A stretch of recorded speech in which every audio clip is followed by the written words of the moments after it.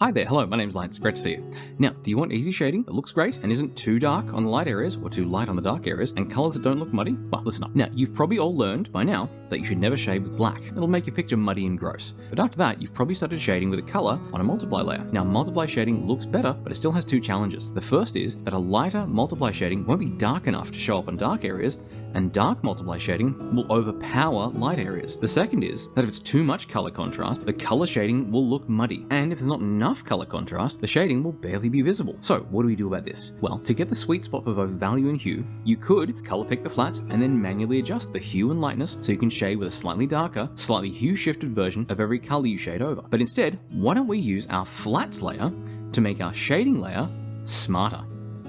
First, make a copy of your flats layer that just has your color information, not your line art. Now, place that layer directly above your shading layer. We'll call this layer a color controller layer.